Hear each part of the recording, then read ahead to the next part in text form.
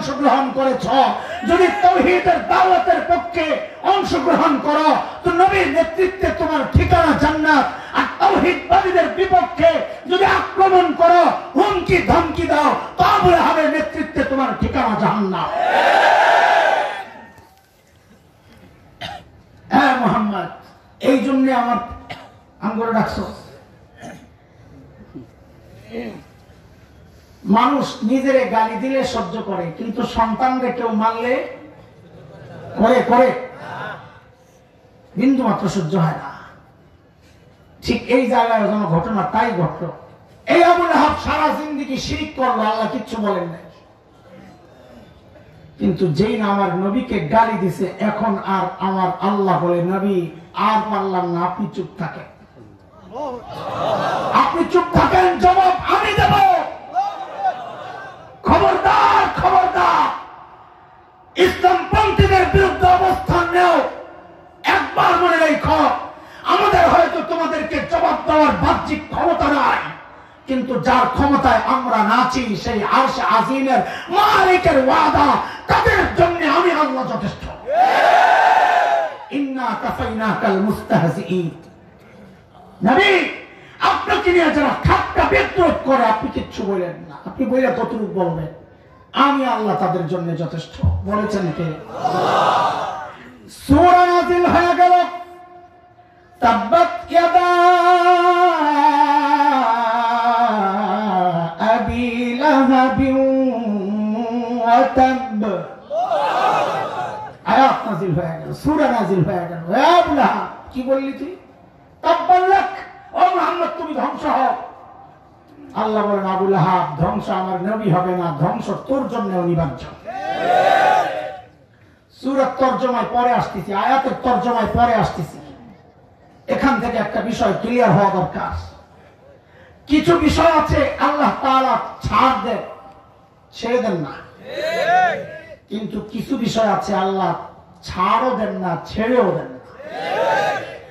এর মধ্যে একটা বিষয় হচ্ছে দ্বীন আর শরিয়াতকে নিয়ে যারা গালাগালি করে, আল্লাহ বলেন তাদের কোনো ছাড় নাই। আমরা খামাখা নাচি, আমাদেরকে অনেকে বলে, ভাই জনপ্রতিনিধি যারা আছেন, আপনাদেরও বিষয়, যেহেতু আপনারা দিনদার, বোঝা সহজ হবে, বলাও সহজ হবে, অবস্থান ক্লিয়ার রাখাও সহজ হবে। যেই মৌলবীরা কেন তো চিল্লা এই জায়গায়, আমরা তো বলি না যে আপনারা ক্ষমতা থেকে নামেন, এটা বলছি। হেফাজত ইসলামের আন্দোলন 13 দফা, একটা দফাও নাই যে সরকারকে নামাইতে হবে, একটাও দফা নাই যে বিএনপি বা অন্য কোন দলকে সরকারে পৌঁছাইতে হবে। ওই ভাগ বাটোয়ারা আপনারা করে খান, আমরা লাগবো না। এই জায়গায় আমাদের অবস্থান ক্লিয়ার যে বাংলাদেশের এত এত অপকর্ম চলে, এগুলোর বিরুদ্ধে আপনাদের কথা নাই। খালি কিছু হইলে নাস্তিক মোর্তাদের ফাঁসি চাই, ঘটনা কি? ভাই শিখছি আল্লাহ থেকে। কোথেকা? সূরা তাওবা, সংখ্যাগুলো মনে রাখেন যেন কাজে লাগে। সূরা আত-তাওবা, আয়াত 12-13। আল্লাহ তাআলা বলতেছে, কথাটা আমাদের কথা শুনে যদি কারো খারাপ লাগে, আরাম করে মারতে আসো, মারার আগে একটু হুনালো কথা। সেটা হলো, আমরা ঢাকায়, আমি তো আসলে ঢাকায় মানুষ, ঢাকা আমাদের জন্মটাই হয় না এখানে, সপ্তাহে নেই। তা আমরা ঢাকায় পোলাপাই নিয়েও চাপার চোটটা একটু বেশি, কিছু পারি আর না পারি চাপা দিয়ে ফুটাই দেয়। 2 পোলা মারামারি লাগছে, গন্ডগোল। তো যেটা মারি খাইছে এটা তো মারতে তো পারে না, সিডি লাগছে। এখন তো মেসেজ পাঠায়, তখন মেসেজ টেসেজ নাই। চিঠির মধ্যে লাগছে, আবে তোরে পাড়ালে আমাকে মহল্লায় খাওয়ালাম। যেই না চিঠি পৌঁছাইছে ডাক পিয়ন, চিঠি খুইরা পড়ে তো মেজাজ খারাপ হয়ে গেছে, চিঠিটা ছিঁড়ে দিয়েছে থাপ্পড়। কারে? পিয়ন। কারণ আছে? আচ্ছা বলেন তো, পিয়নের কি দোষ? পিয়নের কোনো দোষ আছে? পিয়নের তো থাপ্পড় খায় আর কিনে রেখে, পাগল নাকি? আমাদের দোষ কি? আমি চাকরি করি। বলেন এটা সুস্থ না পাগল? কোরআনের কথা শুনলে যাদের কষ্ট লাগে আর আমরা মারতে আসে, সেও পাগল। কারণ আমাদের কথা না, কথা আল্লাহর, আমরা তো ডাকিও। আল্লাহর কালাম পৌঁছায় দিতেছি তোমার কাছে। কিছু বলার সাধ্য আর সামর্থ্য আর হেরন থাকলে যায় আল্লাহর নমরুদের মতো যায় বলো যায়। তো আল্লাহ করবো না, অপেক্ষা কর, আমিও মশা পাঠাইতেছি। তোদের মারার ট্যাঙ্ক কেমন লাগবে রে? আল্লাহু আকবার। মালিক বলেন সূরা তাওবা 12-13, وَإِنْ نَكَثُوا أَيْمَانَهُمْ مِنْ بَعْدِ عَهْدِهِمْ وَطَعَنُوا فِي دِينِكُمْ فَقَاتِلُوا أَئِمَّةَ الْكُفْرِ إِنَّهُمْ لَا أَيْمَانَ لَهُمْ لَعَلَّهُمْ يَنْتَهُونَ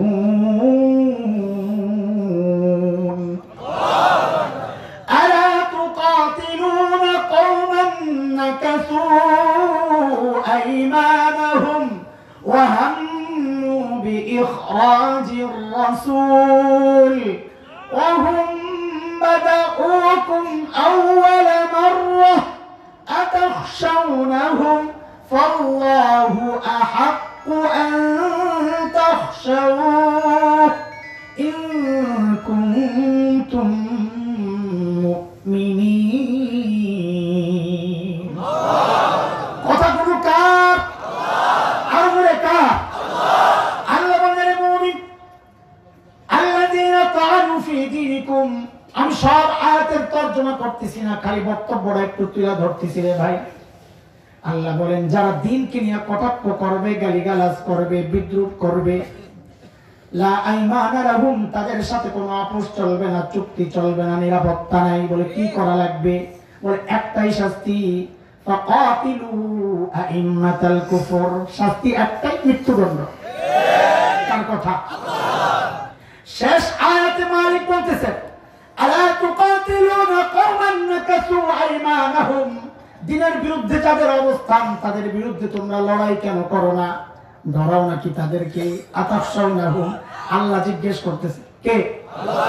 কয় করে ডরাস নাকি? কয় কারে ডরাবো? কয় মনে হয় ভারত রে ডরাস, মনে হয় আমেরিকারে ডরাস, মনে হয় রাশিয়াকে ডরাও, ইউরোপীয় ইউনিয়নকে ডরাও, চীনকে ডরাও। আল্লাহ বলেন তাদেরকে ডরাইলে হবে না। এর তুই যদি মুমিন হয়ে থাকস, ফাল্লাহু আহাক্কু আন তাখশাউ, ডরাইতে হবে একমাত্র কাকে? মাঝে মধ্যে আমরা যখন হুমকি দেই মানুষ হাসে। কি করে? হাসে হাসে। দেখছো হুজুর কারবার বলে আমেরিকা দখল করবো। দাদা তোর বিশ্বাস না হয়েছে, আমি আমার নবীকে বিশ্বাস করি। কেমন? তুমি যেমন বিশ্বাস করো, দুয়ে দুয়ে চাই, আমিও বিশ্বাস করি আমার নবী যা বলছেন সব 100তে 100 হবে।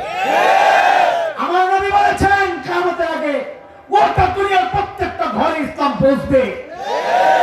আমেরিকার ডরায় লাভ নাই, ভারতকে ডরায় লাভ নাই, বরং স্বপ্ন দেখো, স্বপ্ন দেখো।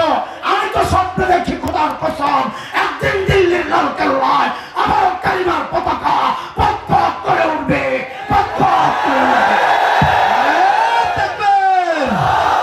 দিন ইসলাম জিন্দাবাদ, দিন ইসলাম জিন্দাবাদ।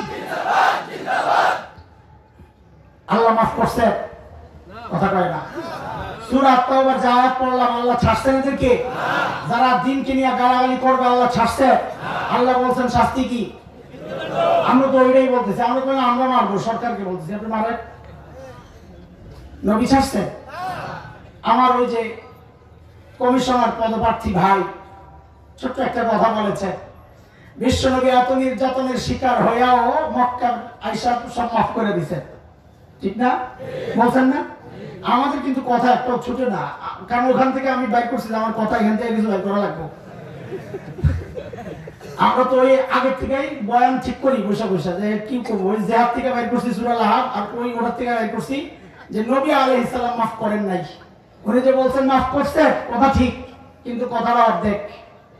নবী যখন মক্কায় ঢুকেন, মক্কা বিজয়, বিজয়ী বীর মুহাম্মদুর রাসূলুল্লাহ সাল্লাল্লাহু আলাইহি সাল্লাম মাথাটা নিচু, চোখ দিয়ে ঝরঝর করে পানি পড়তেছে। আহা, আমার নবী অন্য নেতাদের মতো না যে দেশ দখল করতো, এখন কোবাও, পিটাও, জ্বালাও, ধর্ষণ যা আছে, লুণ্ঠন সব চলবে না। আমার নবী কাঁদতে কাঁদতে ঢুকতেছেন আর তিলাওয়াত করতেছেন, ইন্না ফাতাহনা লাকা ফাতহাম মুবিনা। এই বিজয় আপনার, আপনি দিয়েছেন, আমার ক্ষমতা নাই। কাঁদতে কাঁদতে ঢুকতেছে। ঘোষণা দিলেন, গোটা মক্কাবাসীকে জানা দিলেন, এই শোনো, সব মাফ, লা তাসরিবা আলাইকুমুল ইয়াউম, আজকে প্রতিশোধ নিব না, মাফ। কাদেরকে মাফ করতেছেন? যারা রক্তাক্ত করছে, নিজের সন্তান পর্যন্ত মৃত্যুর কারণ যারা। সাহাবীরা রক্তাক্ত হয়েছেন, শাহাদাত বরণ করেছেন, হামজার লাশ টুকরা টুকরা হয়েছে, সেই কাফেরদেরকে নবী বলতেছেন মাফ। তবে শর্ত আছে। কি? এক নম্বর শর্ত, মান দাখালাল মাসজিদাল হারাম ফাহুয়া আমিন, যে মসজিদ হারামের ভিতরে ঢুকবে সে নিরাপদ। মান দাখালা দার আবি সুফিয়ান ফাহুয়া আমিন, যে আবু সুফিয়ানের ঘরে ঢুকবে সে নিরাপদ। মান আগলাকা বাবাহু ফাহুয়া আমিন, যে নিজের ঘরের দরজা বন্ধ করে ভিতরে অস্ত্র ফালাইয়া বসে যাবে সেও নিরাপদ। কিন্তু নবী খালি ঘোষণা দিলেন যে মালাউন জেবি এগুলারে ছাড়া যাবে না। কারে কারে? মানে হিন্দু। আমরা তো মালাউন মানে হিন্দু বলি না, মালাউন মানে হিন্দু না। কোরআনের ব্যাখ্যা আছে ভাই, আন্দাজি কথা বললেন না, কোরআনের পরিচয় আছে মালাউন কারা। কোরআন সূরা আহজাব আয়াত 57 কত? আল্লাহ মালাউন কারা জানায় দিয়েছে, ইন্নাল্লাযীনা ইউযুনাল্লাহা ওয়া রাসূলাহু লা'আনাহুমুল্লাহু ফিদ দুনিয়া ওয়াল আখিরাহ ওয়া আ'আদ্দা লাহুম আযাবান মুহিনা। আল্লাহর রাসূলকে যারা কষ্ট দেয় এরা হলো মালাউন। যদি দাড়িওয়ালা হয় কইরও মালাউন, যদি টুপিওয়ালা হয় কইরও মালাউন, যদি জুব্বাওয়ালা হয় কইরও মালাউন। মূর্তি পূজা করে কিন্তু আল্লাহ রাসূলকে কষ্ট দেয় না, গালাগালি করে না, তাইলেও তাকে মালাউন বলা যাবে না। আল্লাহ বলেন মালাউনকে আল্লাযীনা ইউযুনাল্লাহা ওয়া রাসূলাহু, আল্লাহর রাসূল বা মুমিনদেরকে যারা কষ্ট দেয় এরা হলো মালাউন। নবী ঘোষণা দিলেন মালাউনদেরকে ছাড়া যাবে না। কেন? আল্লাহ ছাড়েন নাকি? আল্লাহ কয়েক আয়াত পর 61-62 সূরা আহজাব আল্লাহ জানাইছেন মালাউনদের ছাড় নাই। মালউনিনা আইনামা সুকিফু উখিযু ওয়া কুতিলু তাকতীলা সুন্নাতাল্লাহি ফিল্লাযীনা খালাউ মিন ক্বাবল ওয়া লান তাজিদা লিসুন্নাতিল্লাহি তাবদীলা। মালাউন ছাড়া যাবে না। বলে কি করা লাগবে? বলে আইনামা সুকিফু, যেখানে পাওয়া যাবে, উখিযু ধরবা, ওয়াকুতিলু শেষ। আল্লাহ এটা আগের কথা, এখন তো এগুলো চলবে না। আল্লাহ বলে সুন্নাতাল্লাহিল্লাতী ক্বাদ খালাত মিন ক্বাবলু ওয়া লান তাজিদা লিসুন্নাতিল্লাহি তাবদীলা। আমার সিস্টেম আগে যা ছিল এখনো তাই। আল্লাহর হাবিব ঘোষণা দিলেন, এই যেগুলো আমাকে আমার দ্বীনকে নিয়ে কটাক্ষ করছে এগুলারে ধরছে। শেখ ইবনে তাইমিয়া রাহমাতুল্লাহি আলাইহির একটা বিখ্যাত কিতাব আছে আস-সারিমুল মাসলুল আলা শাতিমির রাসূল। ওই কিতাবের মধ্যে তিনি 15 জনের নাম ঘোষণা করছেন। কয়টা? নবী এই গয়না গুণা 15 জনের নাম ঘোষণা করছেন যে এগরে ছাড়া যাবে না, এরা মালাউন, যেখানে পাইবি এখানে ধরবি। আব্দুল্লাহ ইবনে খাতাব 15 জন। আব্দুল্লাহ ইবনে খাতাব, কুরতুনা, কুরাইনা, সাররা, মাকিস ইবনে সুবানা, হুয়াইরিস ইবনে নাকিব, আব্দুল্লাহ ইবনে সাদ ইবনে আবি সালাহ, আব্দুল্লাহ ইবনে জিবারা, কাব ইবনে জুহাইর, ওয়াহশি ইবনে হারব, হুবার ইবনে আসওয়াদ, আব্দুল্লাহ ইবনে হুয়াইরা বিনতে আবি ওয়াহাব আল মাখজুমি, হারিস ইবনে তালাতিব, হিন্দা বিনতে উতবা, ওয়াহশি ইবনে হারব, ইকরামা ইবনে আবি জাহল। এই 15 জনের নাম ঘোষণা হয়েছে। নবী বলেন যেখানে পাওয়া যাবে ধইরা মারা লাগবে। এরা শুই না, মাথার অবস্থা কি, যে যেমনি পারছে চারদিকে ছুটছে, পালাইতেছে। আব্দুল্লাহ ইবনে খাতাব করছে কি, যায়া কাবার গিলাফ দিয়া নিজেরা জড়াইছে। কারণ মনে করছে মুসলমানরা তো কাবার ইজ্জত করে, এটা দিয়া জড়াইলে মনে বেঁচে যাবে। যেমন আমাদের দেশের কিছু নেতা আছে সারা জিন্দেগি ইসলামের বিরুদ্ধে কথা কয়, নির্বাচন আসলে টুপি দিয়া নিজেরা জড়ায়, মনে করছে এটা দিলে যাই সার সাইছে আছে আছে। আমরা যে হুজুর নির্বাচনের সময় দাঁড়িয়ে রাখছে না সবসময়, আমার মেয়র ভাই মাহফিলে কি নির্বাচনের আগে আয় না সবসময়। কিন্তু কিছু মানুষ আছে, আমি তো বলেছিলাম আমাদের কামাল ভাই সারা জিন্দিগি আলেমদের বিরুদ্ধে অবস্থা। নির্বাচন আসলো, দেখলাম ওই আল্লাহর বান্দা জীবনে নামাজ পড়তে শুনি নাই, টুপি টাপি মাথায় দিয়ে পুরো হাসান বসে গেছে শাহজালালের মাজারে। দেখছেন নি আপনারা? এটা কোথেকে শিখছে? আব্দুল্লাহ ইবনে খাতাব। কাবার কিরাত দিয়ে নিজেরা জড়াইছে, কিন্তু জড়াইলে হইব কি? গাধা নিচে দিয়ে তো পাও দেখা যায়। এটা যখন পড়ি তো ছোটবেলার একটা গল্প মনে বসছে। নতুন বউ শ্বশুরের সাথে বসছে খাইতে পীড়ার মধ্যে। পীড়া ছিলেন কি বলে লাগে? পিড়ি পিড়ি। তো পীড়ের মধ্যে বৈশা বৈশা ভাত খায়। হঠাৎ করে বায়ু ছুটছেন, ঠুস করে আওয়াজ হচ্ছে। এটা নিয়ে হাসাহাসি করবা, এটা হাসাহাসির জিনিসটা। এটা নিয়ে হাসাহাসি করার কারণে কওমে লূতের উপর আযাব আসছে। কওমে লূতের উপর খালি সমকামিতার কারণে আযাব আসছে এটা না, আরো কিছু অপরাধ ছিল। এর মধ্যে এটা একটা ছিল যে বায়ু সাইডে এরা প্রতিযোগিতা করতো কারটা কত লম্বা। খুব খারাপ। তো আওয়াজ হয়েছে, এখন বউ তো নতুন বউ, শরম পাইছে না শ্বশুরের সামনে। বউ কি করছে? প্লেটের মধ্যে আঙ্গুল দিয়ে এরকম গুতা মারছে, করত করে আওয়াজ হচ্ছে। মানে শ্বশুরে বুঝাইছে যে আব্বা আওয়াজ যেটা পাইছে আপনি যেটা মনে করছেন এটা না, আমার আঙ্গুলের গুতা। শ্বশুর তো ব্রিটিশ কম না, চিন্তা করছে বউ কয়দিন এরকম আমার লগে শরমে শরমে থাকবো, শরমটা একটু ভাঙা দরকার। তো বলে বৌমা আওয়াজ দাঁড়াইলে কোন রকমের ঢাকলা গন্ধটা রেখে করবা।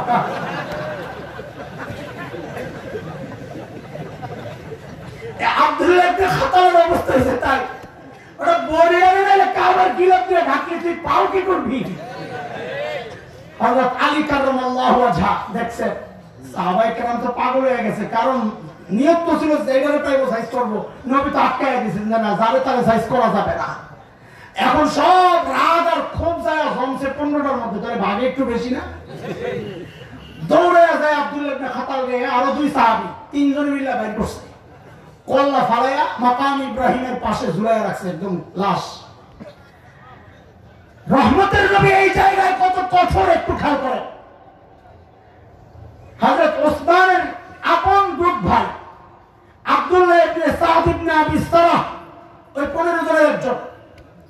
হযরত ওসমান আব্দুল্লাহ ইবনে সাদ ইবনে আবি সারাহর হাতটা ধইরা নবীর ডান পাশে আয়েশা বলে, ইয়া রাসূলুল্লাহ, আমার দুধ ভাই আব্দুল্লাহ ইবনে সাদ ইবনে আবি সারাহের জন্য আমি নিরাপত্তা চাই।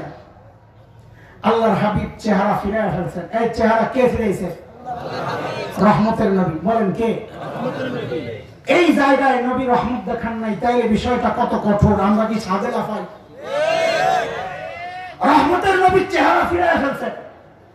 হযরত ওসমান আবার ওই পাশে গেছেন, ইয়া রাসূলুল্লাহ, আমার দুধ ভাই, আমি নিরাপত্তা চাই।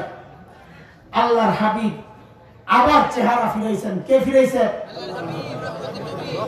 রহমতের নবী আবার চেহারা ফিরাইছে।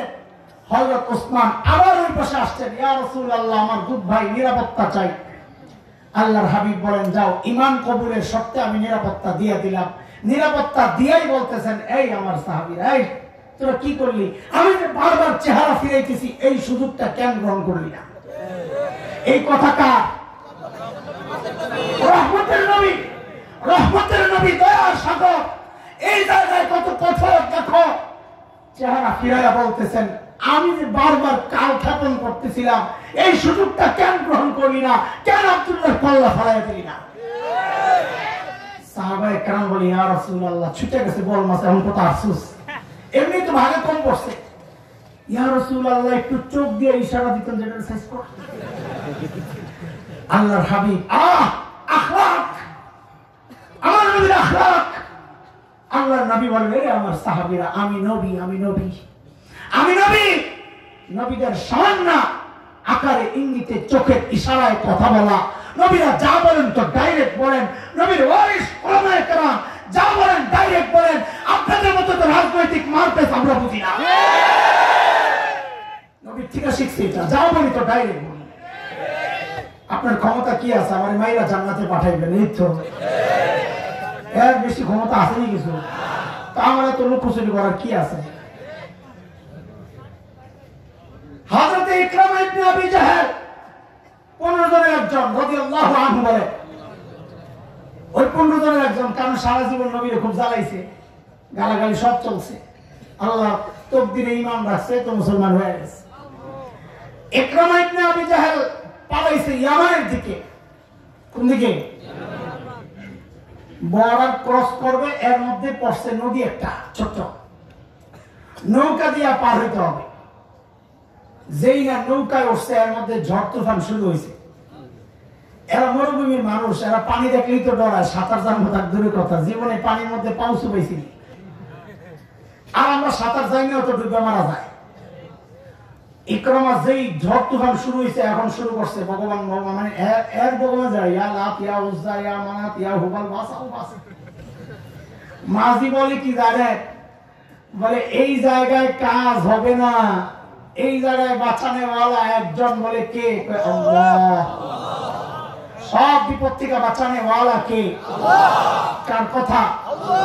ওয়া ইয়ামসাসকাল্লাহু বিদুররিন ফালা কাশিফা লাহু ইল্লা হু। আমাদের নদীর ওই পারের সবচেয়ে বড় পিশাচ, নাম বলছি না, তিনি তার বইয়ের মধ্যে লিখেছেন, আমার মুরিদরা যদি বিপদে পড়ে, শুধু তাই না, মুরিদের আত্মীয় স্বজনও যদি বিপদে পড়ে, আমি বাঁচাইয়া দেওয়ার ক্ষমতা রাখি। ইমান থাকবে? ইমান থাকবে? বাঁচানেওয়ালা কে? হযরত ইকরামা বলেন, কি রে ভাই, কি বললি তুই? এই জায়গায় আমার কে বাঁচাবে? কয় স্থলে যিনি বাঁচানেওয়ালা তিনি এখানে বাঁচানেওয়ালা। বলে কে? মাঝির এই কথার সাথে সাথে হযরত ইকরামার দিল পাল্টায় গেছে। আল্লাহ কার কথায় কখন যে হিদায়াত রাখে, অথচ ইকরামার কানে নবীর দাওয়াত পৌঁছে নাই। ইকরামার কপালে ইসলাম আসে নাই, একজন সাধারণ মাঝির দাওয়াত ইসলাম কবুল করে ফেলাইছে। এই জন্য দাওয়াত ও তাবলীগের মেহনত যারা করি, এদেরকে তুচ্ছ তাচ্ছিল্য না করি। বলা যায় না কার কথায় কে হেদায়েত পায়। হইতে পারে আমি হাসান জামিল সারা জিন্দগি কাইন্দা কাইটা যাকে আনতে পারি নাই, রাস্তায় এক রিকশাওয়ালা, ভ্যান গাড়ি, ঠেলা গাড়িওয়ালা একজন যায় বুঝাইছে, ভাই আসো মসজিদে, দিল আল্লাহ পাল্টায় দিতে পারে। হযরত ইকরামা যখন শুনলেন আল্লাহ ছাড়া বাঁচানো কেউ, বাঁচানোওয়ালা কেউ নাই, হযরত ইকরামার দিলটা পাল্টায় গেছে। সাথে সাথে হাত উঠাইলেন আল্লাহর কাছে, আল্লাহুম্মা লাকা আহদুন ইন আফাইতানি মিম্মা আনা ফি আন আতিয়া মুহাম্মাদান হাত্তা আদা ইয়াদাইয়া আলা ইয়াদাইহি ফালা আজিদান্নাহু আফুওয়ান গফুরান কারীমা। আল্লাহ, যেই বিপদে আমি পড়লাম, আল্লাহ যদি এই বিপদ থেকে আমারে বাঁচায় দেন, যদি আমি বেঁচে যাই, আমি এই জায়গা থেকে সরাসরি নবী মুহাম্মাদের কাছে চলে যাব।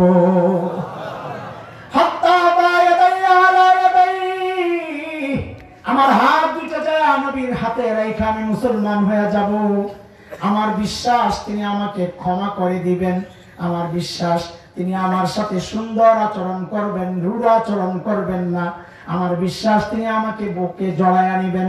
কাফের আমার নবীর প্রতি বিশ্বাস। পিছনে পিছনে ইকরামার বিবি আসছে, দৌড়াইয়া দৌড়াইয়া জামাইরে বাঁচাইতে। ইকরামার বিবি মুসলমান, উম্মে হাকিম বিনতে হারিস ইবনে হিশাম, না হ্যাঁ উম্মে হাকিম বিনতে হারিস ইবনে হিশাম ইকরামার বিবির নাম। দৌড়ে আসছে, আগের সম্পর্কে ছিল চাচাতো ভাই। কি তো বিয়ার পরে অনেক সময় যদি আপনজনের সাথে বিয়া হয়, তো ওই জামাইরা ভাই করে ডাকে। আমি নিজে সাক্ষী, আমার বোন একটা বিয়া দিয়েছি স্বাস্থ্য ভাইয়ের লগে, এখন আমার আপা দেখি মান্নান ভাই কয়, আমার দুলা ভাই কি কয় মান্নান ভাই, ওই আগে বইলে আসছে। ইকরামার বিবিও চাচাতো বোন। এই চাচাতো বোন হওয়ার সুবাদে ওই কথা বলে ডাক দিছে নদীর পার থেকে, ইয়া ইবনে আম, ও আমার চাচাতো ভাই, ইন্নী ক্বাদ জিতু মিন ইনদি আবাররিন নাস ওয়া আওসালিন নাস ওয়া খায়রিন নাস ক্বাদ ইস্তা'মানতু লাকা রাসূলুল্লাহ সাল্লাল্লাহু আলাইহি ওয়াসাল্লাম ফালা তুহলিক নাফসাক। এ আমার চাচাতো ভাই, আমি এমন একজন মানুষের কাছ থেকে আসছি, আমার নাস, যিনি মানুষের মধ্যে সবচেয়ে ভালো মানুষ, আওসালিন নাস, যিনি মানুষের মধ্যে আত্মীয়তার সম্পর্কের ক্ষেত্রে সবচেয়ে বেশি মূল্য দেয়, ওয়া খায়রিন নাস, যিনি মানুষের মধ্যে সবচেয়ে উত্তম চরিত্রের অধিকারী। আমি তার কাছ থেকে তোমার জন্য নিরাপত্তা নিয়ে আসছি, সুতরাং তুমি নিজেকে ধ্বংসের মুখে ঠেলে দিও না। আসো, ওয়েলকাম। জামাই আসছে, আয়েশা জামাই বউ একসাথে হয়েছে, মেলামেশার চেষ্টা করছে। যে রিওয়ায়াতে যতটুকু আছে বলে দিলাম। বউ বলছে না, আগে নবীর কাছে যাওয়ার পরে বাকি খবর। যখন যায় আল্লাহর হাবিব টের পাইছেন ইকরামা আসতেছে মুসলমান হইয়া। কেমনে টের পাইছেন? নবী গায়েব জানতেন। জানতেন না? এত বড় নবী গায়েব জান না? ওই কি রে হাসাই বলে আল্লাহ, কত মানুষ এই বিশ্বাস করে নবী গায়েব জানতেন। নবী গায়েব জানতেন? কোরআন পড়েন আল্লাহ কি বলে, সূরা আরাফ আয়াত 188 188 9 নম্বর পারা হাফিজ কোরআন শরীফের, খুললে একদম 14 নম্বর পৃষ্ঠার প্রথম লাইন প্রথম আয়াত। কার কথা? কুল লা আমলিকু লিনাফসি নাফআন ওয়ালা দাররা ইল্লা মা শাআ আল্লাহ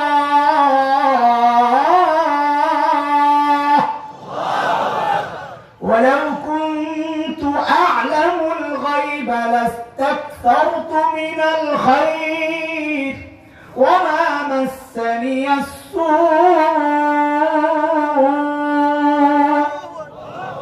নবীকে দিয়ে আল্লাহ বলাচ্ছেন, নবী আপনি বলেন ওয়ালাউ কুনতু আ'লামুল গায়ব, আমি নবী যদি গায়ব জানতাম বহু ভালো কিছু অর্জন করতে পারতাম, আমি আর এত বিপদে পড়ি না।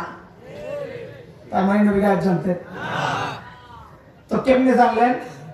ফোন আসছে। কি আসছে? ফোনে আপনি জানেন না ঢাকায় গন্ডগোল লাগছে? ফোনে জানেন না মামুনুল ভাই ওই জায়গায় মাহফিল করতে দেন নাই? পাওয়া গেছেন না ফেসবুকে? তো ওই সময় তো ছিল আল্লাহ তাআলা ডাইরেক্ট দিতেন জিবরিল আমিনের মাধ্যমে, যাও খবর দিয়ে আসো আমার নবী। জানা গেছেন ইকরামা আসতেছে মুমিন হইয়া। নবী তো জানেন যে ইকরামা তো মুসলমান হয়ে গেছে, আমার বন্ধুরা তো ইকরামারে কিছু বলতে পারবো না, কিন্তু না জানি আবার এই ঝালটা ইকরামার বাবা আবু জাহেলের উপর। ইকরামার বাবা কে ছিল? আবু জাহেল। না জানি এই ঝালটা আবার আবু জাহেলের উপর দিয়ে নিয়ে যায়, গালাগালি করে, তাহলে তো আবার ইকরামা কষ্ট পাবে। আমার নবী আদর্শ কি বললেন? ইয়াতিকুম ইকরামা মুমিনা ফালা তাসুব্বু আবাহু ফাইন্না সাব্বাল মাইয়িত ইউজিল হাই। এ আমার সঙ্গীরা, ইকরামা মুমিন হয়ে আসতেছে, খবরদার তার বাবাকে কিন্তু গালি দিবা না। কেন? মৃত ব্যক্তিকে গালি দিলে তার জীবিত আপনজন কষ্ট পায়।